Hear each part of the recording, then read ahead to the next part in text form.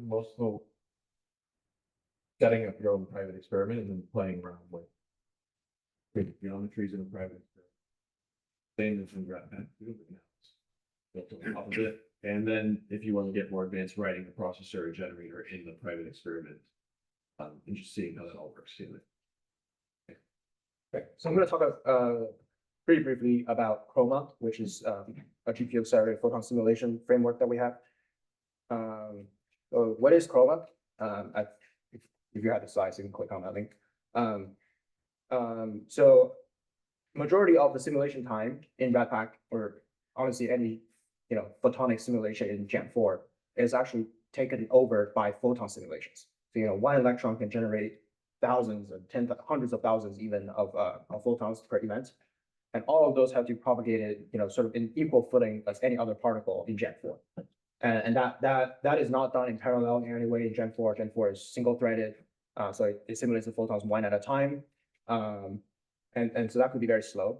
Gen 4 also uses a volume-based geometry hierarchy. We described this in the geometry session as well. That actually makes the photon propagation very complex as well. That is not an efficient structure for photonic simulations because the photons traverse through different volumes very quickly. Yeah, and another thing, this is a potential optimization because photons do not interact with each other. The optical photons do not interact with each other, right? And so propagation is embarrassingly parallel. So you could do all of these very massively, extended, preferably on the GPU. And this is obviously a very mature technology because photon propagation is effectively rendering a video game. So as we know, people build giant GPUs these days to render video games or films and stuff like that. They're also meant to be written. They're written so that these codes should run very, very fast because video games need to be rendering real time, and they're rendering massive scenes with very complex geometries all the time. And then so they're written to be fast and then to be run massively parallel on a GPU. So how does Chroma actually do this in RAT, where for physics simulations? Is that rather than volumes, we in Chroma geometries are defined as a collection of triangular surfaces. I'm going to refer to them as meshes, and then each triangle effectively knows about what is the material on one side of the triangle, and on the other side of the triangle, as well as any surface properties that the triangle itself might have. So for an example is if you have something where you have like a water tank, and that water tank it's a tank of water that's sitting, and that tank itself is sitting in air. How you might want to describe that geometry in Chroma might be that you want the triangles to know that one side of it is made of water, the other side is made of air, and yeah, so that could so then when the photons track, it will know about where it came from and where it's going, and then so it will know that what material it just propagated it. So that's a helpful way to keep track of the materials. These triangles in the mesh are organized into these things called bounding volume hierarchies, or BVH trees.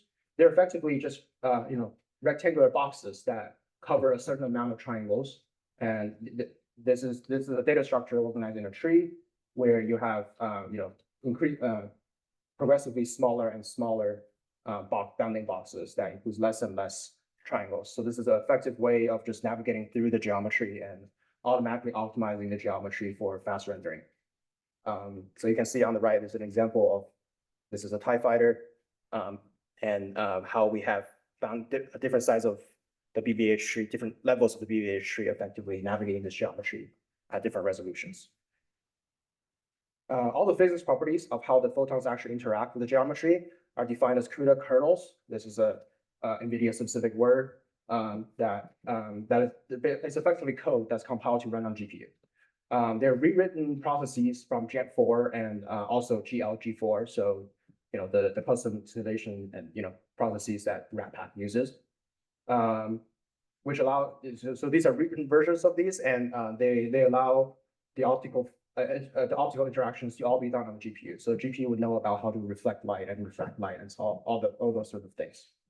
The photons are cast as rays and then propagated using standard GPU, ray tracing and ray casting algorithms. So they're relatively fast. So this is all pretty cool. But how would you use this with ratpac-two?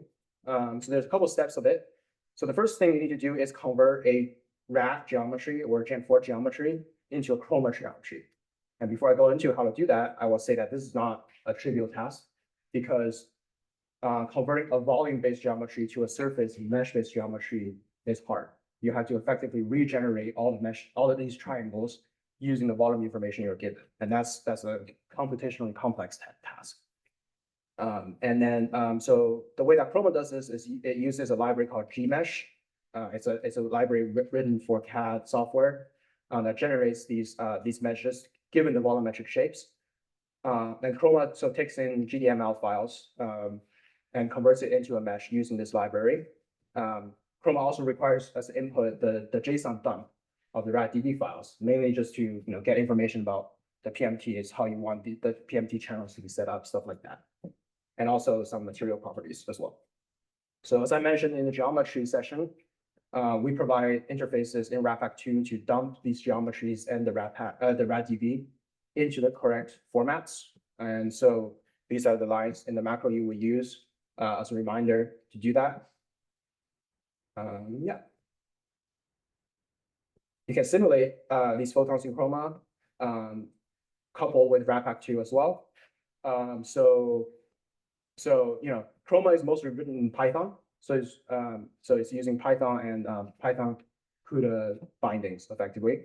And it has a relatively simple syntax for creating geometries and throwing photons at it. I'm not gonna go through specifically, how to run a Chroma simulation because it is, it is a process to set up and have your code talk to the hardware and everything.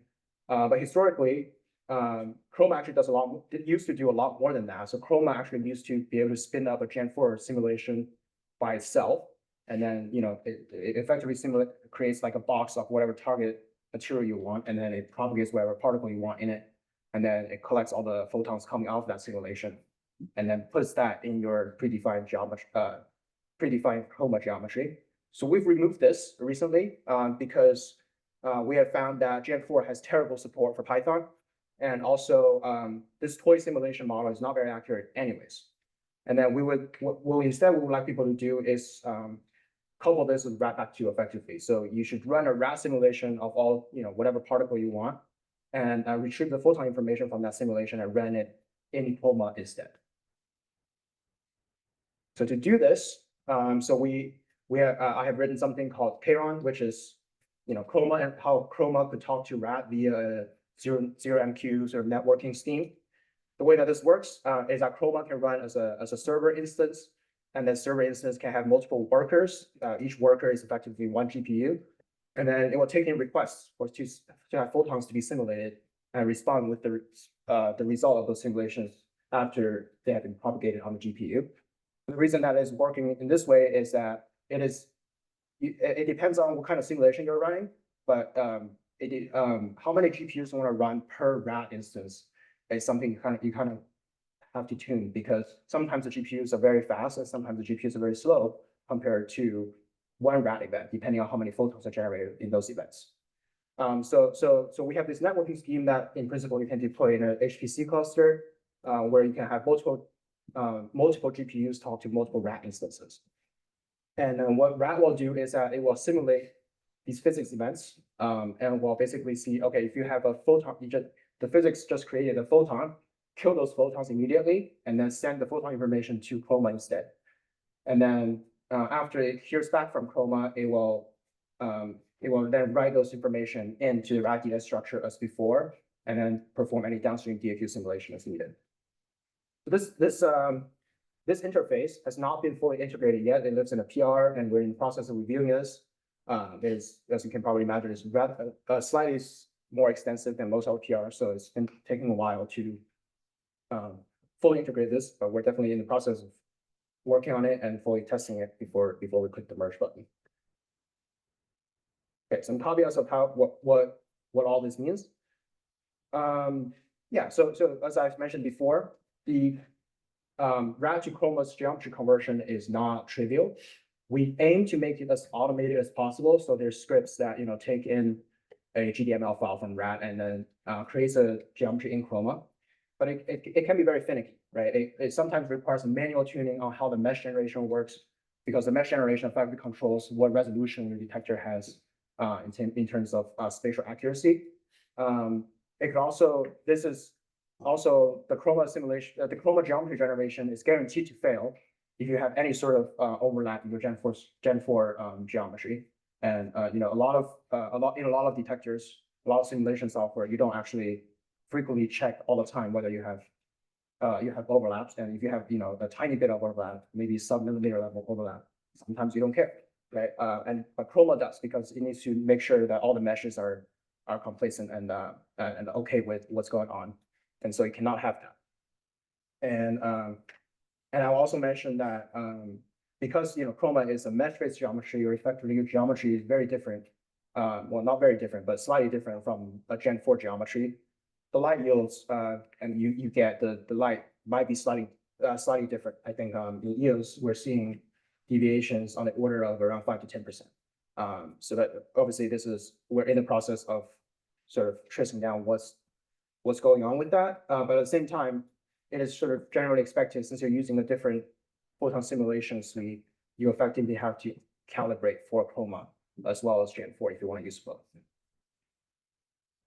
I think that's my last slide. I'll take any questions. Yeah. So I know it's probably going to depend case by case, but what speed improvement does that provide? Yeah, so it very much depends case by case, because in higher energy simulations, for example, it could an event's runtime could be dominated by actually the electromagnetic simulation rather than the photonic simulation. But we're seeing anywhere from 200 to 500 times, even to 1,000 times, which is, you sort of expect this kind of performance improvement because GPU versus CPU is sort of a completely different thing. Yeah. Can you give some specific examples of where someone might want to use Chroma instead of just Rep? Yeah, so some specific examples, I can think of a couple. In Snow Plus, for example, we are a scintillator experiment that has pretty good light yield, and that one event can generate tens of thousands of photons, and that if you compare a yield simulation, for example, with a Snow Plus simulation, Snow Plus is much slower because how big the detector is and how much of light yield we have. So you might want to do that in something like Snow Plus. If you're working on a very big experiment design, such as something like Theia or a Dune, a Dune far detector module level thing, as some people may have seen, that simulation might take hours, if not days, in Gen 4 sometimes, and Chroma could be a very good way to circumvent that.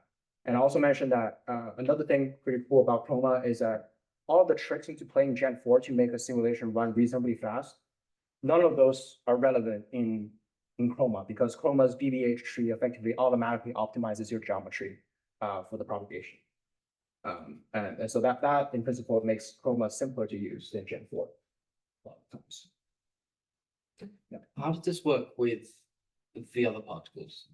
So does it automatically see this is not a photon, I'm not touching it? Exactly. Yeah. And the principle is, as a reminder, also Gen 4 treats gammas completely different from optical photons. And then so an optical photon should never create something else. Yeah. So yeah.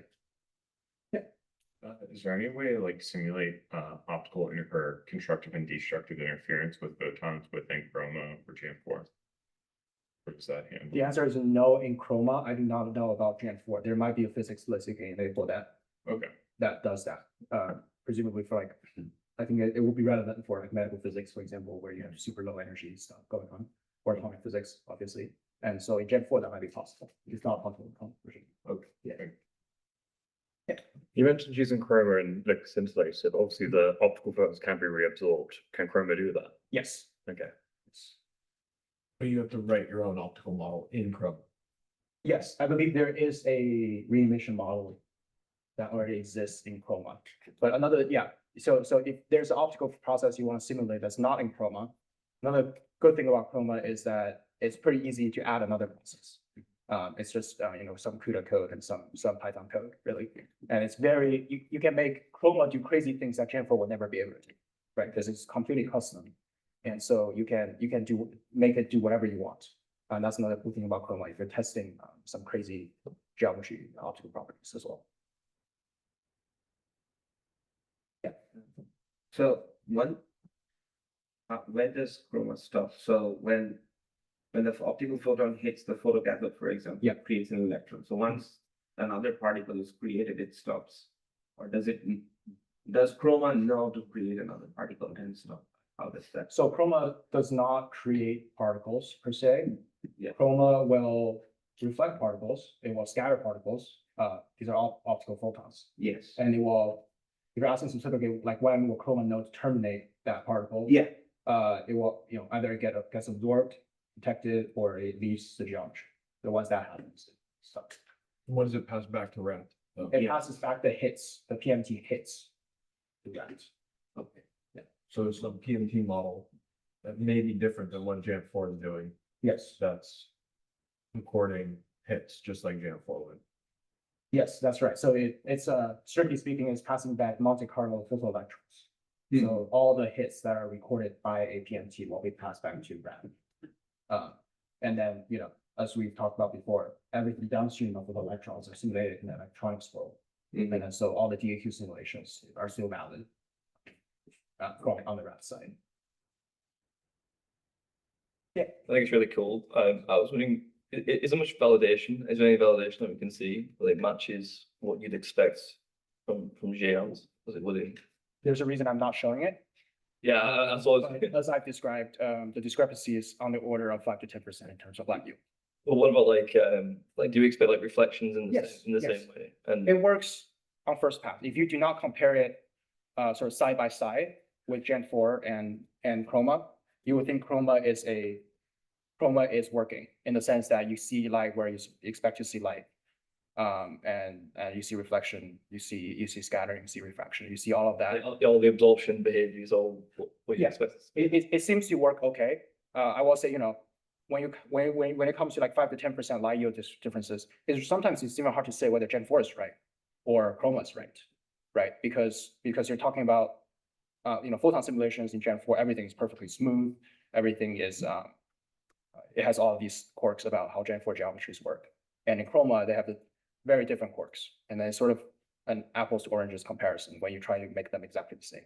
My point with that is just also that, you definitely expect to have a different set of calibration for a different simulation software. And I will also say that Chroma has been used by more people than we thought initially. Some of the Nexo people are looking into it. And some other experiments I don't remember also thinking about doing this. So there are efforts in attempting to make sure that it agrees with physics well. Yeah, I think we all want to use it for sustainability as well. It's like it's much more carbon, like it doesn't use as much carbon if you're using GPUs. Oh, yes. It's Right. quite good in Europe. Yeah. The documentation for Chroma? There's if you go to the GitHub, there's the code, which is self-documenting because it's such good code. And also there's a white paper. It's on the GitHub about how Chroma works. Do not look at flowing amounts of it. Yeah. And there's some examples we have as well, about how this works in the repository, but I'm not going through it because you're sort of expected. Chroma is sort of an expert tool and the documentation sort of reflects that. So you kind of have to understand how to read the code to sort of see what's going on at some point. But it's Python, so everybody knows how to read Python. So.